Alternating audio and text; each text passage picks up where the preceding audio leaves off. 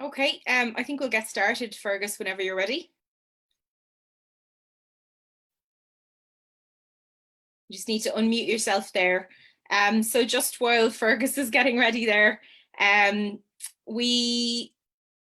so for anybody who hasn't been here before, my name's Ailish Ryan. I'm a member of the Workers' Party, and we've been running a couple of educationals over the last while since the pandemic started. So for anybody who hasn't used Zoom before, I think most people probably have at this stage, in the bottom left-hand corner of your screen, you'll see a mute button. So everybody's on mute right now. So if you can just make sure to keep yourself on mute while the meeting is happening, and then we'll have an opportunity for questions towards the end. And if there's any questions people want to ask in the meantime, you can stick them into the chat box if you prefer. So Fergus is probably somebody a lot of people are familiar with. He worked in the trade union movement for a long time, and also has a strong interest in particularly local history, and also I think probably the history of the United Irishmen, and recently published a book on John Drennan, one of the United Irishmen, called May Tyrants Tremble. So that's the topic of his talk this evening. So I'll hand over to Fergus and give you the floor, and we'll take questions at the end of the talk then. Thanks very much. Can you hear me now, Ailish? Yeah, I can hear you perfectly. Great stuff. Okay. Just to let everybody know, we are actually live on Facebook and recording and everything like that as well. So, okay, great stuff. Okay. Thanks very much for the opportunity to talk to you tonight. And as you say, I recently published a book on the life of William Drennan. It's a fairly comprehensive biography and covers an awful lot of the history of radical politics at the end of the 18th century, of which William Drennan was a crucial figure. So I had to sort of pick one aspect of it to deal with in the short time available tonight.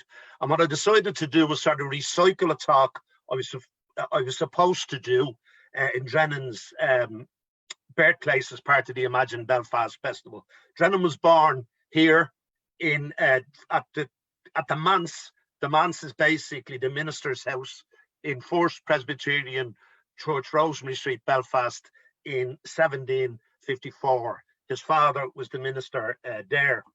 The adult Drennan lamented what he termed the brazen walls of separation, which had been erected amongst the inhabitants of Ireland by distinctions of rank, property, and religious persuasion. He was to make his life's work the creation of a brotherhood of affection amongst Irishmen of every creed. I just want to move the slide on. These two gentlemen here, one of them should be fairly familiar to you, Theobald Wolfe-Tone. I believe you'll be commemorating him next Sunday, which are Bodenstown events. The other man mightn't be so well known, Thomas Russell. Thomas Russell was Wolfe-Tone's dearest friend. He was probably actually more radical and further to the left than Wolfe-Tone. His one of his biographers described Thomas Russell as being a friend of the Irish peasant, the English factory worker, and the African slave. These two gentlemen, Russell and Wolfe-Tone, came to Belfast in 1791 for what turned out to be the founding meeting of the United Irish Society. They were welcomed to the town by William Drennan's brother-in-law, Sam McTier, and Thomas Putnam McCabe. Both of them men were members of the Rosemary Street congregation. William Drennan had written to Sam informing him that he was about to form a secret society of dedicated Republicans in Dublin. But when Sam circulated this letter to the Belfast radicals, they decided to seize the initiative. Tone tells us that having arrived in Belfast and imbibed plenty of politics and wine, he found that Thomas Paine's Rights of Man had become the Quran of Belfast. Tone found that while there was strong support amongst the Belfast radicals for the extension of political rights to Roman Catholics, but there was an influential minority who were less than sanguine about the matter. Within a few days, at a dinner in Sam McTier's, Tone found himself in a furious argument which lasted more than 2 hours with the Reverend William Bruce, the then Rosemary Street minister. Tone records in his diary that Bruce was an intolerant high priest. Tone's barb was a blow below the belt. Unitarian ministers such as Bruce prided themselves on their tolerance and their opposition to hierarchy or high priesthood. Bruce had finished the argument by saying that 39 out of every 40 Protestants would be found averse to the liberation of Roman Catholics. Bruce also expressed his asperity towards what he called the newfangled doctrine of the rights of man. William Bruce and William Drennan had been great friends in their youth and managed to sustain an element of that friendship even when they clashed publicly and privately on many political matters over the long years. Drennan had proposed to Bruce the formation of a secret Republican society, a society of dedicated Republicans, as early as 1785, but Bruce was totally against the idea and remained so when the United Irish Society came into being 6 years later. When Drennan, along with 18 others, met at the Eagle Tavern in Eustace Street in Dublin in November 1791 for the first meeting of the Dublin United Irishman, he brought along a test or a note that he had worked on. And this is the terms of William Drennan's oath. I, AB, in the presence of God, do pledge myself to my country that I will use all my abilities and influence in the attainment of an impartial and adequate representation of the Irish nation in Parliament, and as a means of absolute and immediate necessity in accomplishing this chief good of Ireland, I shall do whatever lies in my power to forward a brotherhood of affection, an identity of interests, a communion of rights, and a union of power amongst Irishmen of every religious persuasion. This test was adopted by the Dublin United Irish Society and was then transmitted to Belfast, where the Belfast United Irish Society also adopted the test. However,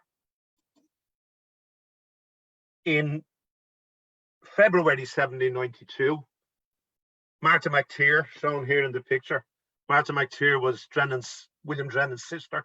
He was based in Dublin. She was based in Belfast. She was a fellow revolutionary and his chief advisor on political as well as personal matters. She wrote in a tone of near panic. She said to him, "You were attacked in the public papers, in your character, in your religion, in your head and in your heart. And by whom? That man who for years was cherished as your friend and ought to have known its value. He knows, everyone here knows, that you're the author of that test. And it is with pain that I add, I fear you are generally reprobated by those you most esteem here. Some have gone so far when in their cups as to wish the author or the promoter of this work hanged, even though at the time they knew that you were the one." Bruce had attacked the United Irish test in a sermon in Rosemary Lane, the very pulpit from which Drennan's father had once occupied. The congregation at which Bruce harangued was directed included Martha, Sam McTier, Drennan's mother, and many of the friends of Drennan's youth. Not content with confining his opinions to the meeting house, Bruce also published his attack on the Society of United Irishmen in the Belfast newsletter. Martha felt that Bruce had stepped out of his way into the pulpit and into the public paper to fix a stigma on a number of the townsmen and on his oldest friends. She worried that her brother might be hurt in his profession and be termed a fine writer, but a dangerous and rebellious man. While claiming she would not presume to advise her brother as to how he should react, she goes on to do precisely that. She suggested that Drennan should consider a public answer to Bruce. Within a few days, Drennan sent a paper to Sam, which he wished to be shown to Martha and Samuel Neilson. Samuel Neilson was the leader of the Belfast United Irishman and editor of the new United Irishman newspaper, the Northern Star. From early February 1792 to the end of March, the two old friends engaged in a bitter public war, with Bruce assailing the test and Drennan robustly defending it.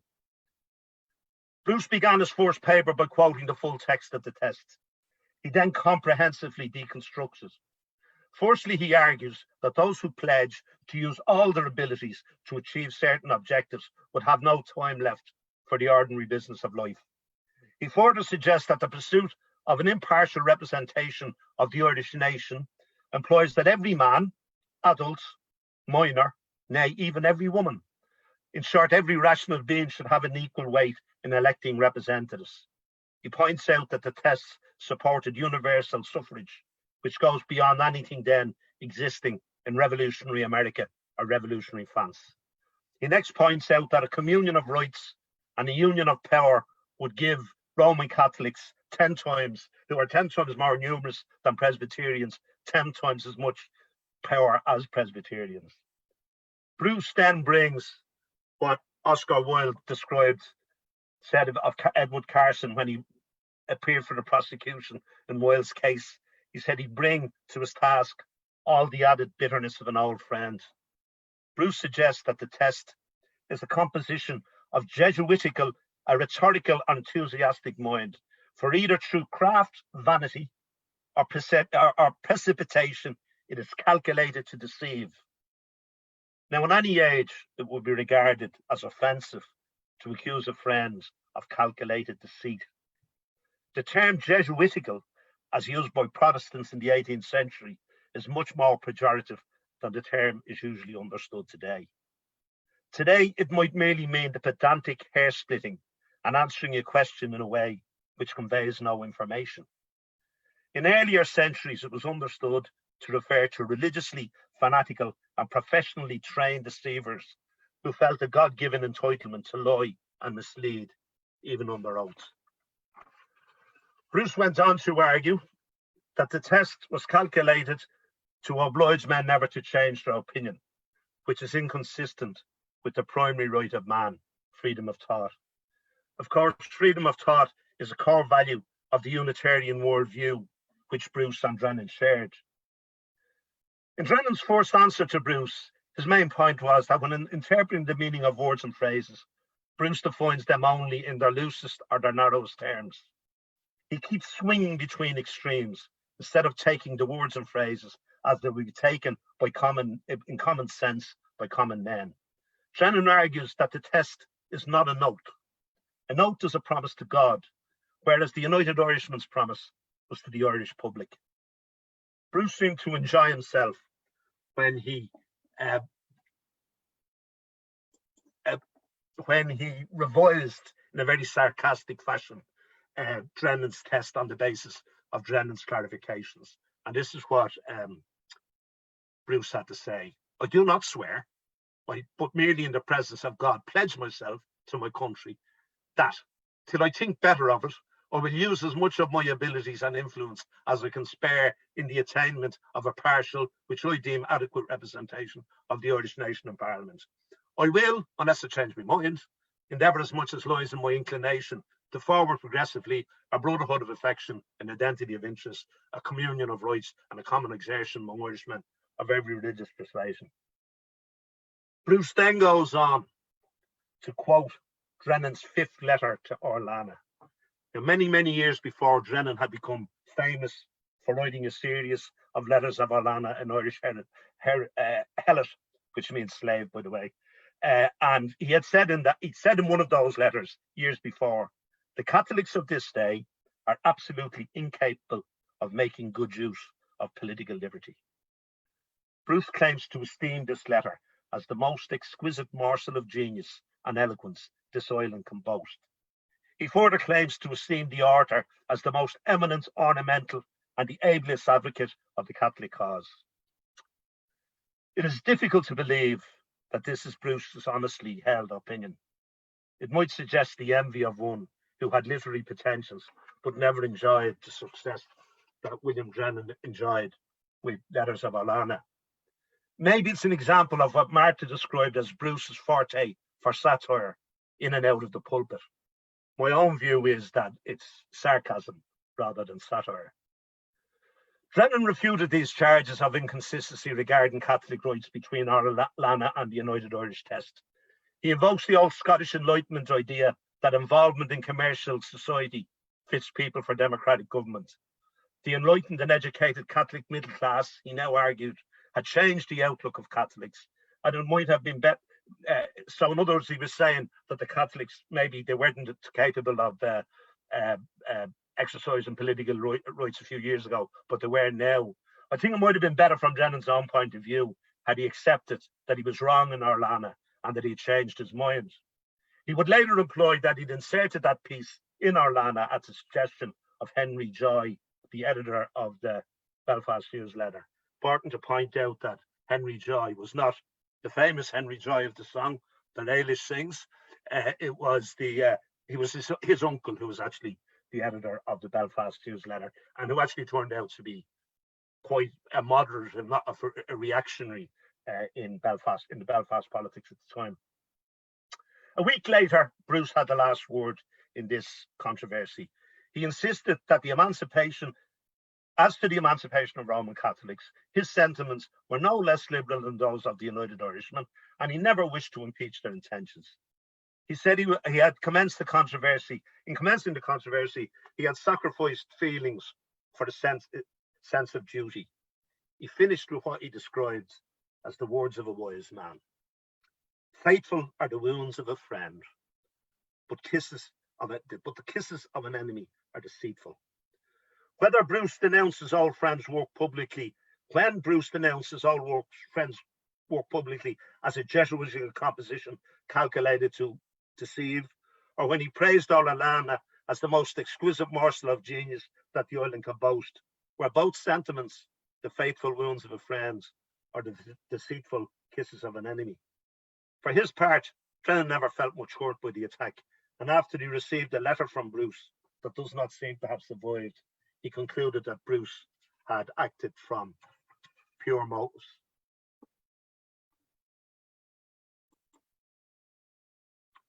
Martha was impressed in early 1796 when she read Thomas Paine's The Age of Reason. She thought Paine a smart, impudent, imposing writer who ought not to be despised. Most of what Paine said about the Old Testament had been Martha's thoughts in childhood, and she said what he said about the New, in her view, could not stagger any rational Christian. Martha's use of the qualification rational here is very important. The Age of Reason, most of which Paine had composed in the shadow of the guillotine in Paris in 1793, was a sustained invective against religion, state religion, and all forms of priestcraft, and it had indeed staggered many Orthodox Christians. Many Roman Catholics and Anglicans were enraged by what Paine had to say. But E.P. Thompson, in his classic The Making of the English Working Class, has observed that for all the brash provocations of its tone, Paine's work contained little that would have surprised an 18th century deist or advanced Unitarian. Although impressed by Paine, Martha saw an opportunity for her brother to gain some public credit by publishing an attack on him. At this stage, Drennan had been acquitted on charges of seditious libel, but he was generally suspected by certainly all the Tories and reactionaries in Dublin of being in league with the French and attempting to bring a French Revolutionary Army into Ireland. She felt if Drennan wrote attacking Paine, that he could make himself popular and regain his reputation. And though Martha was impressed, she thought her brother should answer him. She saw weaknesses in Paine's work, particularly in relation to his dealing with the New Testament. He appeared to hurry over it, particularly in relation to his. He appeared to hurry over as if predetermined to laugh at it rather than confuse it. She suggested to her brother that he could answer Paine well with wit and humour, the only way that would secure readers. She'd enlisted a biblical scholar, the Reverend William Bryson, who was prepared to help Drennan with dates, proofs, sources, etc. And though she invited her brother to laugh at her suggestion, she felt she could do himself honour by enlisting early as the religious adversary of Thomas Paine. For a number of Sundays, Bruce railed against the Age of Reason from the pulpit in Rosemary Street, and many believed he would publish his sermons in the form of a pamphlet. Drennan said he'd be glad to see what he called the presbyter patriarch's answer to pain, but he did not trouble his head or heart much with these questions. When he went into detail about his own religious sentiments, he was at least partly in sympathy with Paine. He said this: "The Romanist Church are consistently politic in denouncing knowledge and debate and disquisition. For the restless power of reason once introduced brings into doubt and is apt to beget incredulity. Trust like a papist, for if you doubt like a dissenter, the same restless facility that rejects the Anastasian creed will begin to nibble at the incarnation, the Immaculate Conception, etc. And thus Priestley lifts the latch for Paine to enter." What he meant here was that dissenting ministers like Joseph Priestley, very radical English preacher who had actually by this stage been burnt out of his house in Birmingham because of his support for the French Revolution, and he'd had to emigrate to the United States. Priestley was constantly reevaluating the Bible and constantly showing bits of it to be irrational and superstition and irrelevant and basically a fraud. And Drennan's view was that Priestley was opening the door, as it were, for Paine, for basically deism, or maybe even for atheism to emerge. And that didn't particularly concern Drennan. In fact, it seems that he thought that was probably a good idea.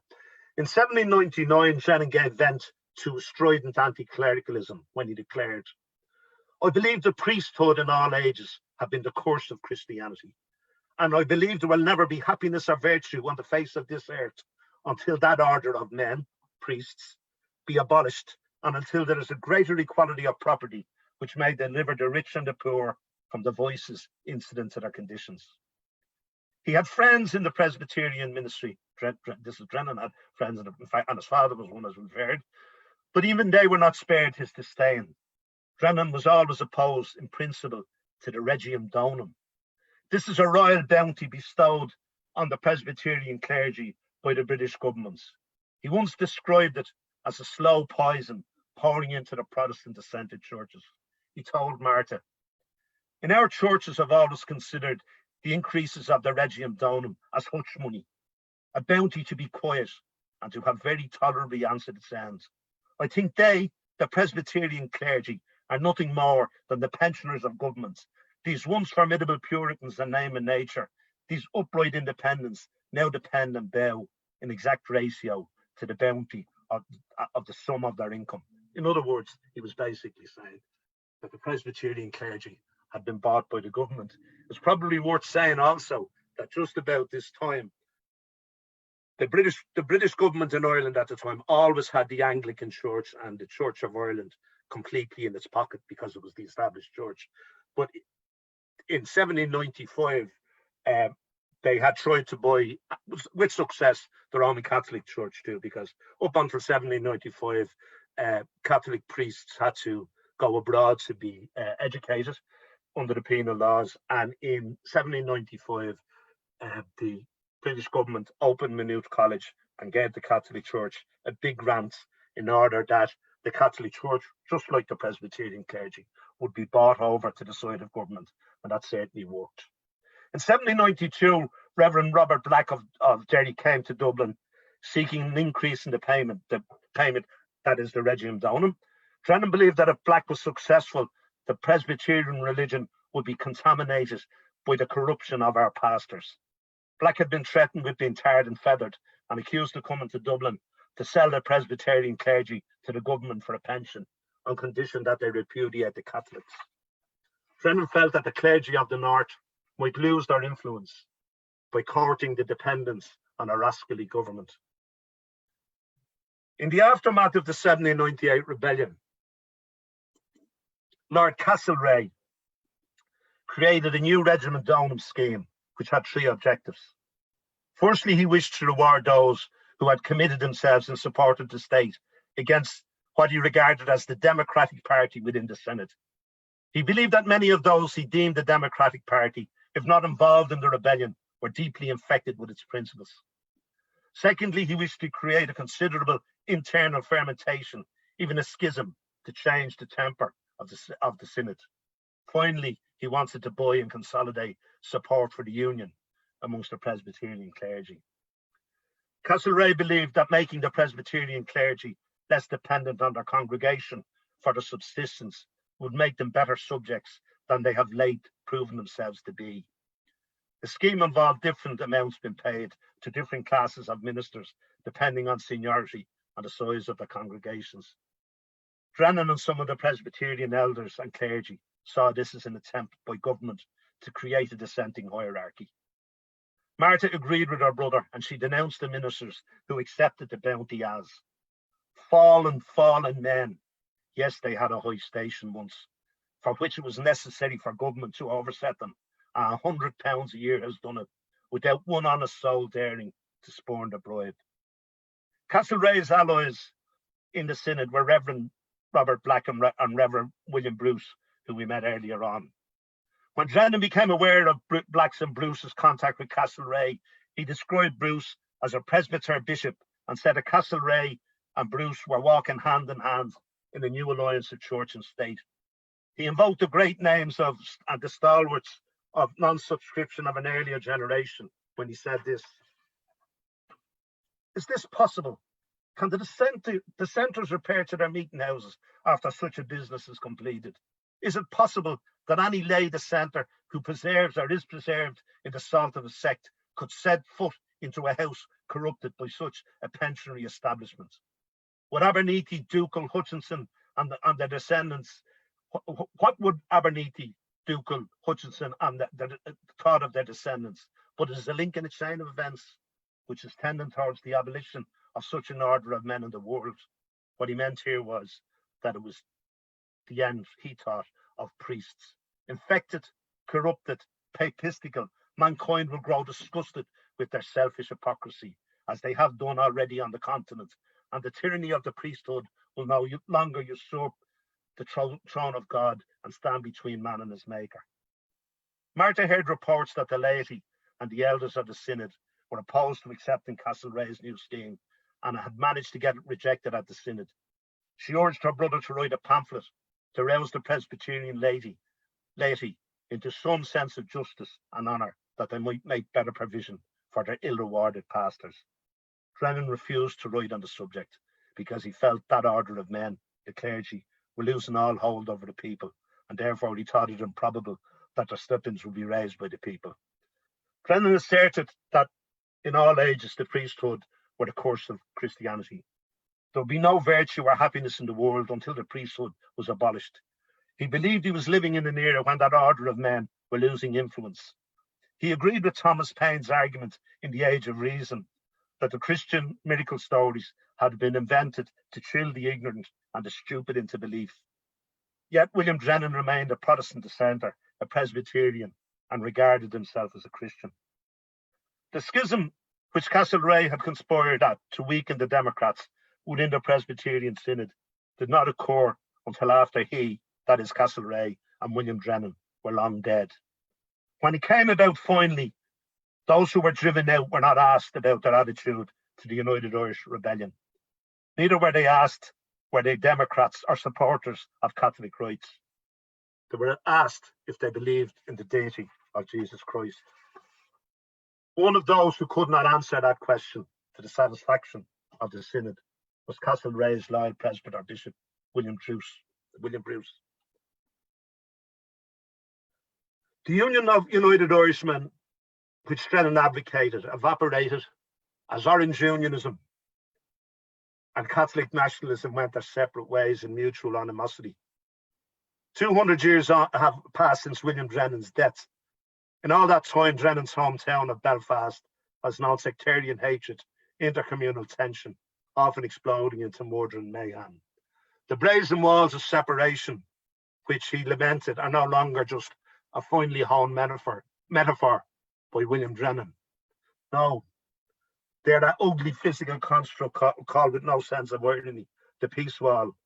These brazen walls of separation have been erected at the request of residents on both sides to keep Belfast most deprived citizens apart. That concludes my few words.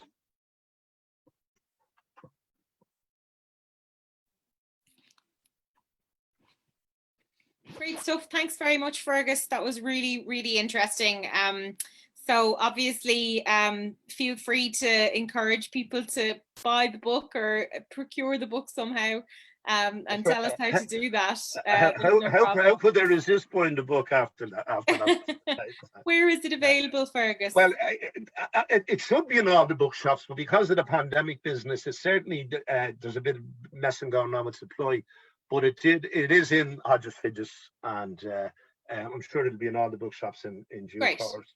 It also, by the way, got some very excellent reviews. Yeah, I saw that. It's brilliant. Well done.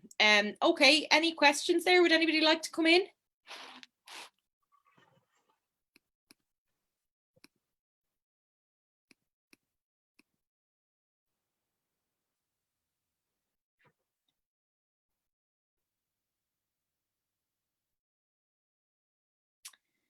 Well, maybe while people are wondering, Fergus, I suppose I'd be interested to know, I don't know how familiar you are with it, but like, do you feel that this general subject is well taught in the school curriculum? Is that something you'd know much about? Do kids? I don't, put it this way, I won't answer that question directly, but I'll just say something about the way that I do know about the way history has been taught in the schools, right? I went to school before the Troubles broke out, you know, and I learned a version of history that was very, very basically simplistic.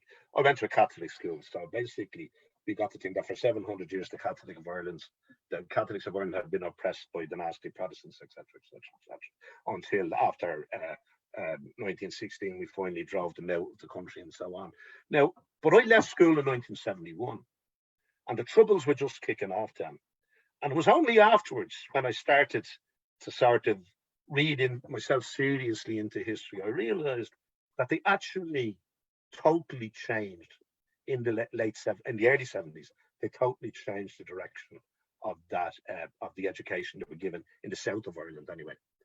The sort of education they started to give them was, instead of sort of praising the men of Easter week the way they had to us and, you know, whatever, and praising the Fenians and all, suddenly they were praising the constitutional politicians, the Daniel O'Connells, the John Redmonds, and so on, you know. So in every sort of period, the education system teaches the history that the government of the day or the zeitgeist of the day, and they teach it in a particular way with a particular objective in mind. So there's no such thing as neutral history. And if I can say something about the way they teach history in the north of Ireland too, it's something when I started going to the north of Ireland and talking, what I had tried to do in my work, I tried to rediscover the progressive element of Irish Protestant history in the 18th century in the form of the United Irishman and the Forerunners. And when I started going to the north of Ireland to talk to loyalist people, I was amazed, because I remember asking a couple of loyalists one time, it was a trick question. I said to them, where did they raise what was the first city to slam the gates against the army of James II and raise the flag with a no surrender flag? It's a trick question. I thought they would say London, Derry or Derry. The answer is actually Bandon in County Cork. But they didn't say Derry and London, Derry. And it turned out that these guys who had spent years, some of them years, in prison as loyalist paramilitaries and so on, full of Union Jack tattoos and all that, had never even been taught about the siege of Derry in their education. In fact, and I think in a way the Unionist government might have been trying to avoid giving a sort of a partisan view of history. So what did they do? They didn't teach them any history. Or more directly, they learned about Alfred the Great and the Norman invasion of England, but they didn't learn anything of the history of Northern Ireland. And I think that's one of the reasons, for instance, that the loyalist working class, if you like, or the Protestant working class or whatever, are completely at sea, because they've no concept, good, bad, or indifferent, about their history or where they come from or whatever. Sorry for going on for so long. No, that's really interesting, Fergus. Thanks very much. Anybody want to come in? Don't forget to unmute yourself. Yeah, Justin. Right. Fergus, I've got a question which kind of leads on from the question you've just explained and highlighted on citizenship. If we were to teach citizenship in schools and in the Republic and perhaps in the north of Ireland as well, would the characters around 1791 to 1798, etc., would they be seen as our founding fathers? Excuse me, a bit tongue-tied there. No, absolutely. You see, I think I'm delighted to use the term citizenship. I mean, what the United Irishmen represent is they represent the flowering in the late 18th century of the Enlightenment. That same philosophical outlook that drove the American revolutions to some extent and the French Revolution totally. Up until the era of the United Irishmen, people were regarded as the subjects of a king or a monarch. And even the Catholics who were fighting against British domination in Ireland, say for instance the 17th century, were loyal to the Stuart kings, James II, and so they were subjects. What the United Irishmen and the Enlightenment and the French revolutionaries at the same time, and to a lesser extent the Americans, said, no, we're not subjects. Everybody is a citizen with certain basic rights, and you have no obligation to be ruled by a monarch who'll tell you what to do. You will choose your government. You have rights as an individual purely on the basis of your birth or of your humanity, and you have an equal right with everybody else to choose the government under which you live. So, and I think by the way, I'm quite excited by the way things are going in some elements of society in Northern Ireland. For instance, there's a group up there at the moment who are doing great work called Reclaim the Enlightenment. And this is exactly what they're talking about.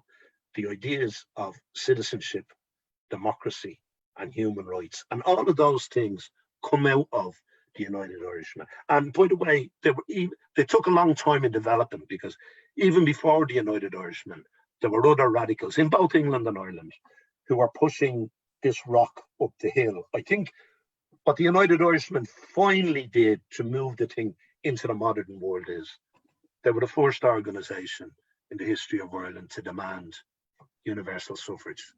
They didn't quite get around to universal suffrage. They got universal manhood suffrage. The question of women's suffrage didn't come for another 100 years. But nonetheless, they were way ahead of their time.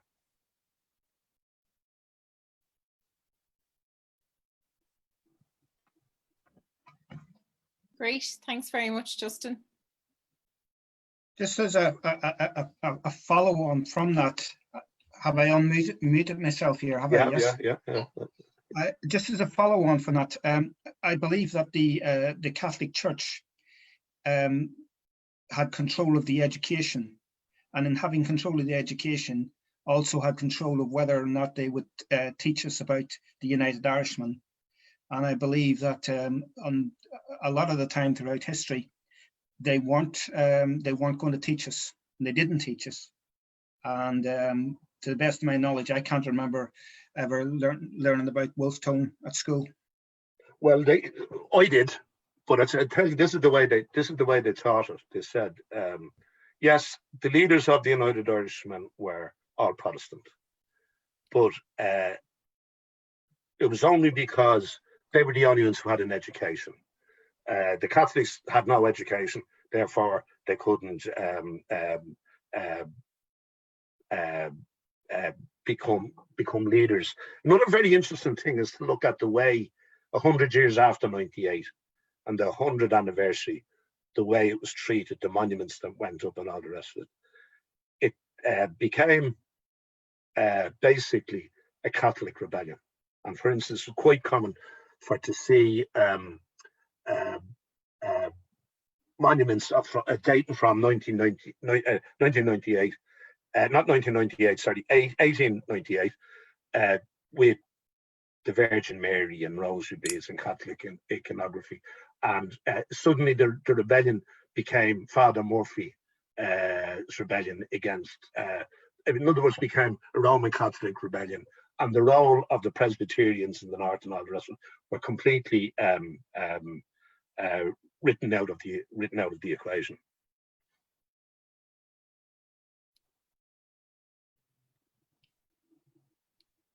I just remember learning that they were violent. I think that was always the emphasis when these things were spoken about. There was very little discussion about the politics of any of.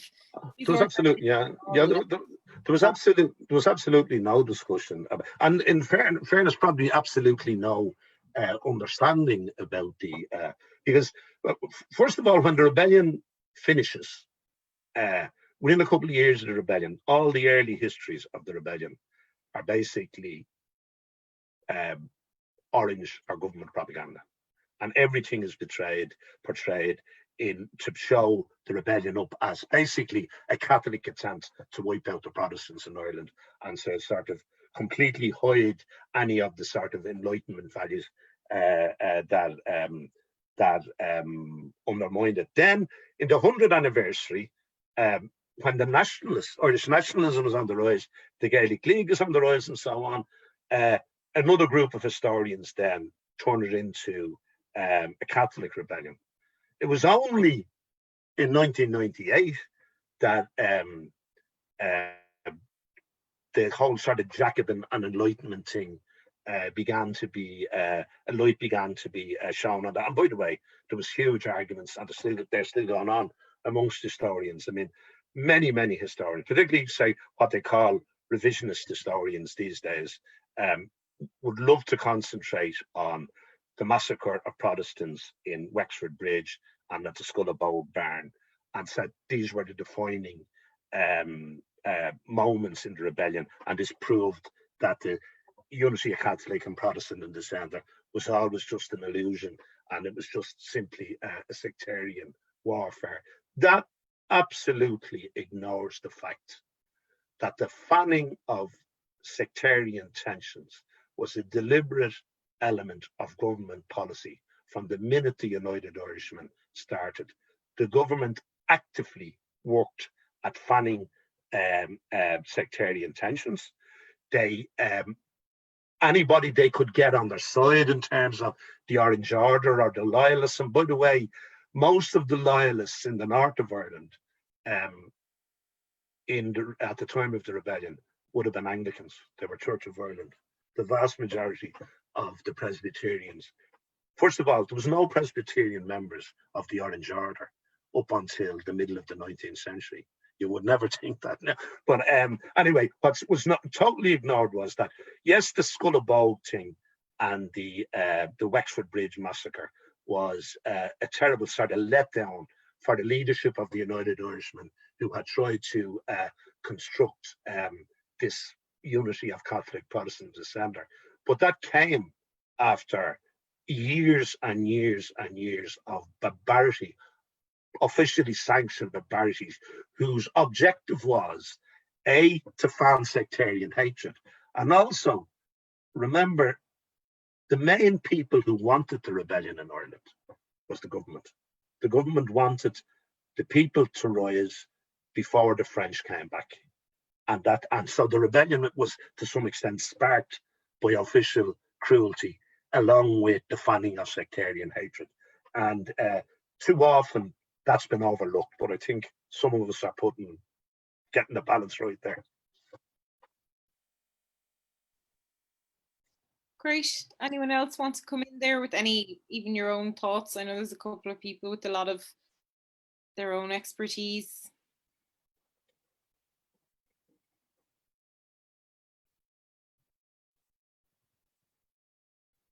Not normally a quiet bunch.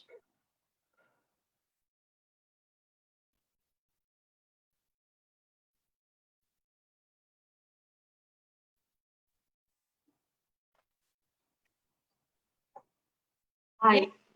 Yeah. Hi, Fergus. Thank you. That's really interesting. just really interested about Martha McTier. You know, so seldom have you. Sorry, I'm getting a bit of distortion there. Will you just say that again? Sorry, Fergus just said it was very interesting, Yeah. but particularly just Martha McTier and her role. For so often, so much women are particularly written out of that whole story of the United Irishman. And that's an interesting point. One of the things that I've discovered in my research is that there were very many very interesting women in the United Irishman. Very little is known about them, except you just see them in little snippets. A lot of the time, because maybe women didn't keep dirties. I mean, one of is because he kept it dirty. Russell kept it dirty. William Drennan wrote letters to Martha, and Martha letters to him, and they're all preserved. But for instance, Oliver Bond's wife, Eleanor Jackson, was a very, very interesting woman. She used to go around with a Bible under her blouse, not because she was a religious fanatic, but because she was swearing women into the revolutionary society. She hardly gets some mention. Another very interesting woman is a woman called Catherine Nugent. And we only meet Catherine Nugent about 14 years after the rebellion. She's working in a shop in Grafton Street for the furriers in Grafton Street. And the reason we know about her is she met Percy Shelley. Percy Shelley came to Dublin, the young poet, as a young unknown poet, determined to contact the old United Irishman and start a rebellion all over again. And he met Catherine Nugent, and Catherine Nugent was able to tell him quite a lot about her activity on behalf of the United Irishman in Dublin during 1798. Now, had she not met Shelley, we'd never have heard of Catherine Nugent. And I've been saying, particularly to some historians who are into women's studies and so on, that they should maybe look at that in far more detail. But it'll be difficult, because the one thing usually that historians rely on and what you need written sources. And a lot of women didn't leave these written sources, or if they did, we haven't found them yet. But Martha McTier is a very, very interesting woman. She wasn't quite as radical as her brother, but she took no nonsense from him either when he was getting certain. He used to sometimes get a bit petulant when he was feeling that everybody was blaming him on the revolution and nobody was giving him any credit for starting it. But for instance, one thing that I enjoyed when the French Revolution was in full swing, the Austrians and the Dutch invaded France to rescue the king and queen of France, and they marched on Paris, and they threatened the revolutionaries that if they touched a hair on the king's head, they would burn Paris to the ground. The next day after they issued that proclamation, the French Revolutionary Army chased the Duke of Brunswick out of France and all the way back to Brussels. And Martha sang over the hills and far away when she heard the good news. So she was quite well informed on events, and she certainly knew what side she was on. Although, unlike Drennan, she didn't agree with the execution of the king. Drennan couldn't wait to see the king exit. Most of the Irish revolutionaries, and the English and the Scottish ones, were a bit disturbed when the king was executed, because they knew that gave England a chance to invade, excuse to invade France. It also meant that life would be much harder for the revolutionaries and the reformers in Britain and in Ireland once the king had been killed.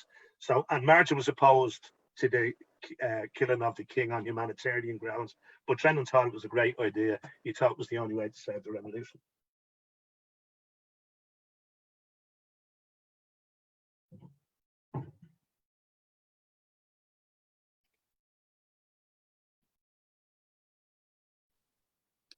Sorry, thanks, Mary. I don't know if you want to say anything else on that. Sorry, can you hear me? Yep. I can hear you. Yeah, Fergus, yeah, that's interesting.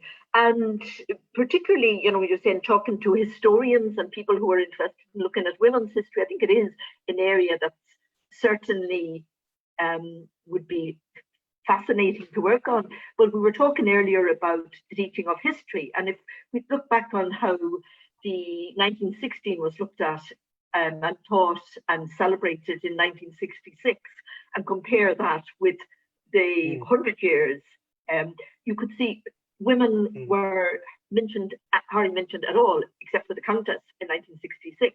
Whereas, you know, there was huge recognition of the role of women at the 100 years celebration or centenary commemoration or whatever.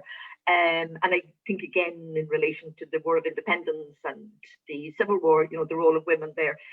So it's certainly, I think you highlighted Catherine Nugent as well.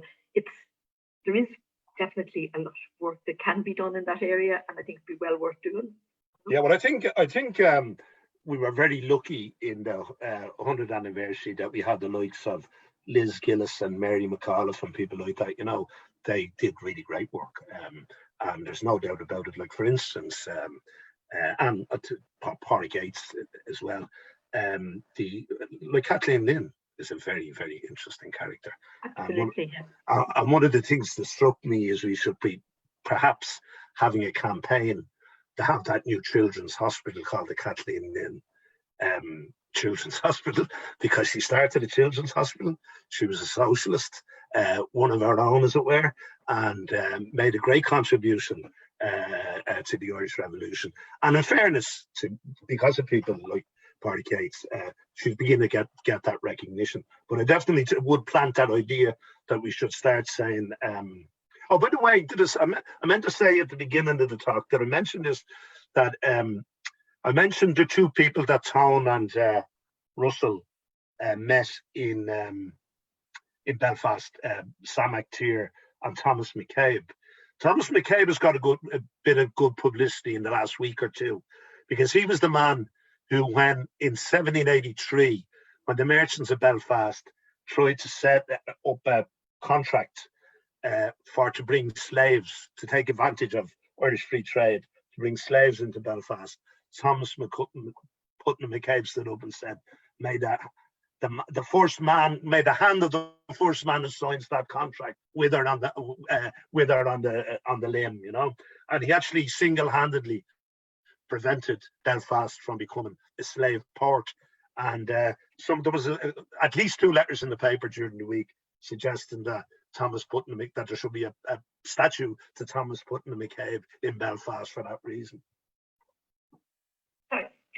Hi, just one last question, Fergus. Did the reports from government spies say anything about women?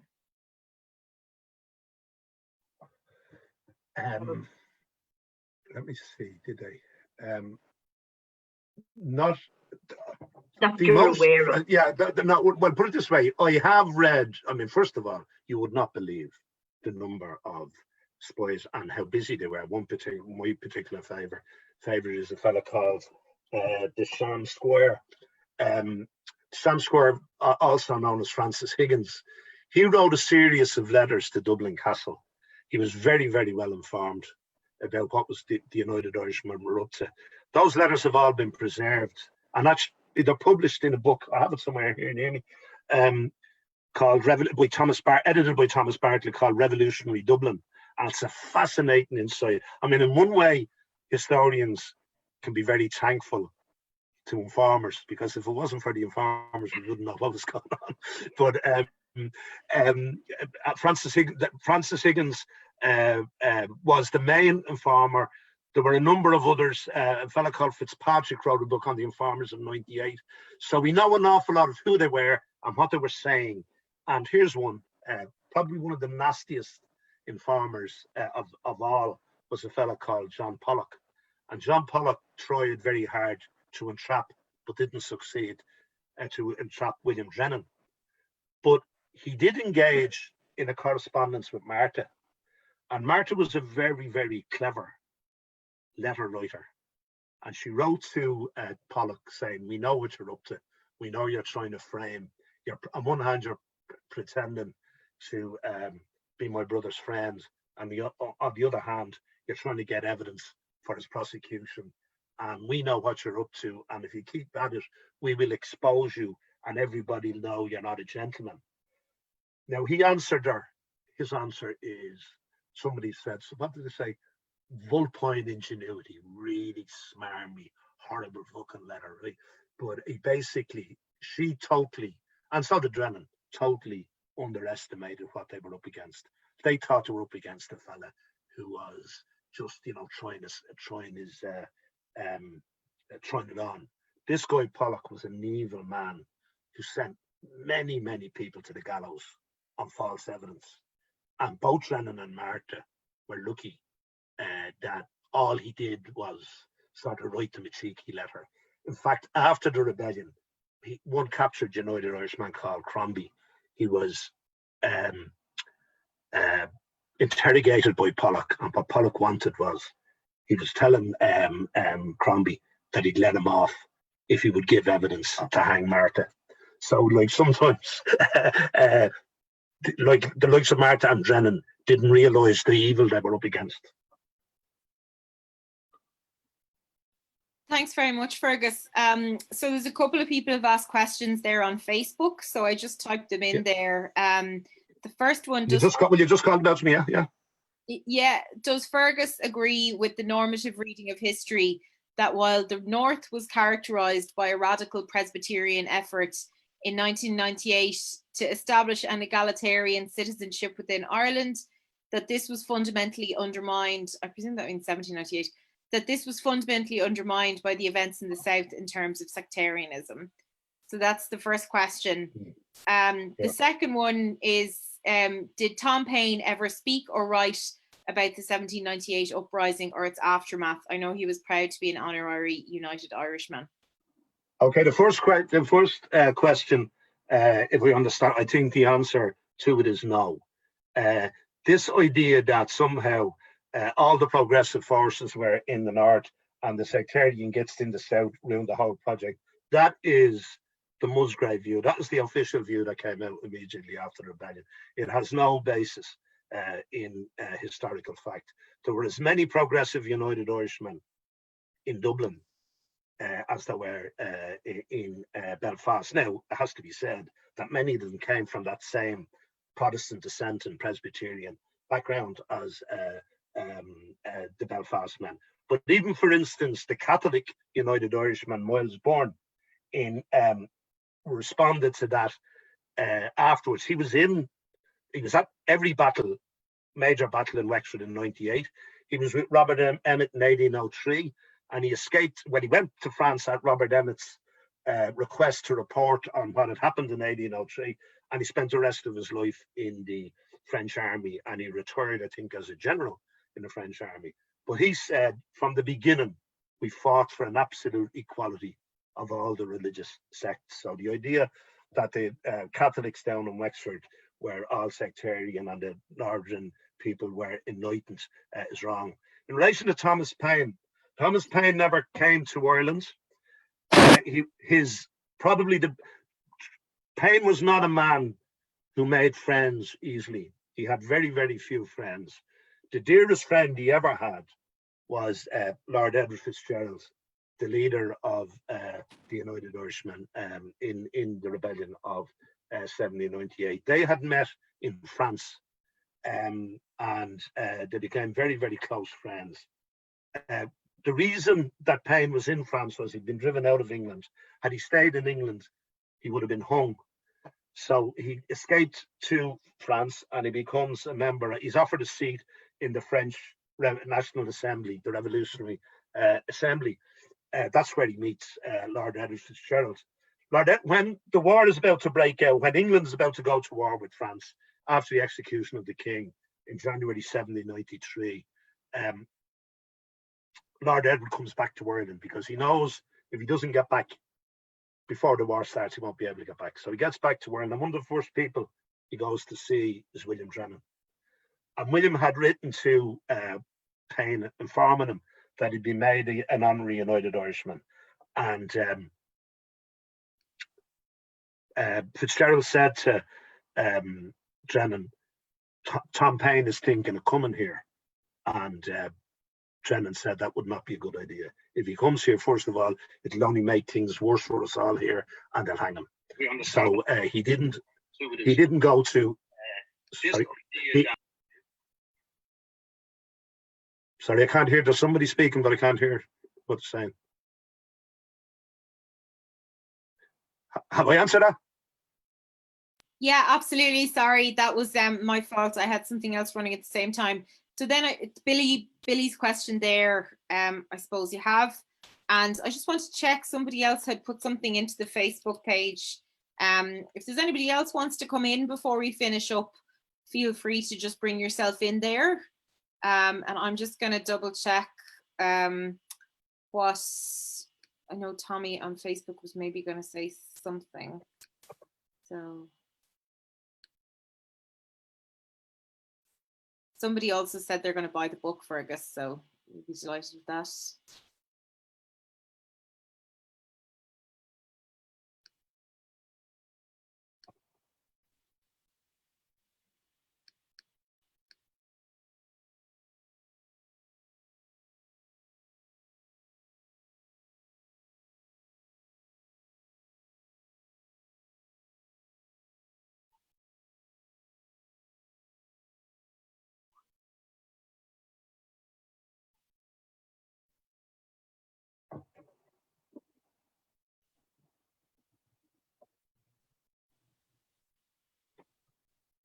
So we all done?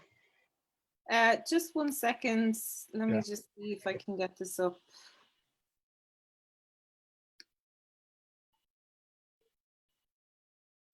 Yeah, Tommy Cosgrove was asking or commenting, I suppose.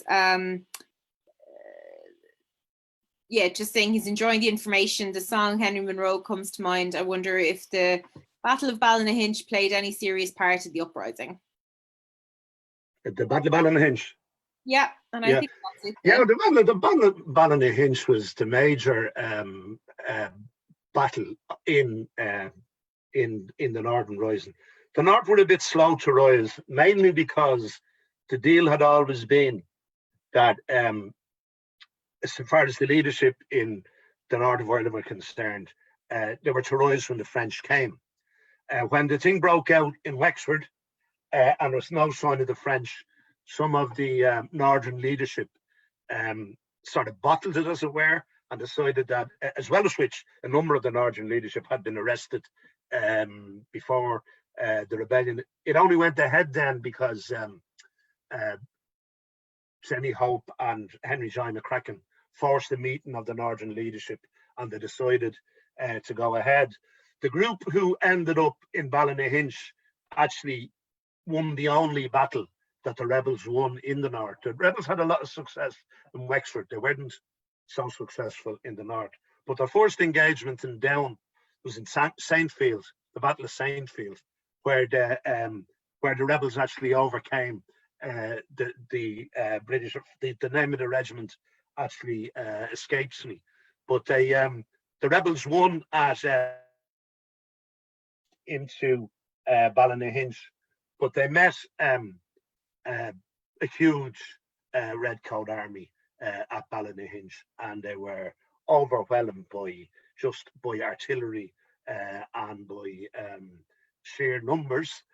If the words of the song can be believed, the rebels didn't do too bad. Have you heard of the Battle of Ballynahinch, where the people oppressed there rose up in defence, where Monroe from the mountains led his men to the fields, and they fought for 12 hours and they never did yield. So the rebels gave a good account of themselves at Ballynahinch, but unfortunately, as in Antrim town, they were overwhelmed by. It must also be said that, by the way, I always wondered until I started on this particular project why Belfast didn't rise.